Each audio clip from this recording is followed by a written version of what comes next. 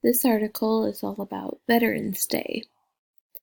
A veteran is a person who has served in the military. The military is made up of the Army, Air Force, Marine Corps, Navy, and Coast Guard. Veterans are brave and have a lot of courage.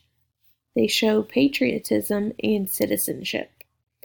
They sacrifice a lot to serve our country. Veterans help keep us safe and make sure we are free. Sometimes they have to be away from their families to do their work. Veterans Day is celebrated on November 11th every year to honor and thank those who have served our country. Next time you see or meet a veteran, tell them thank you for their service to our country.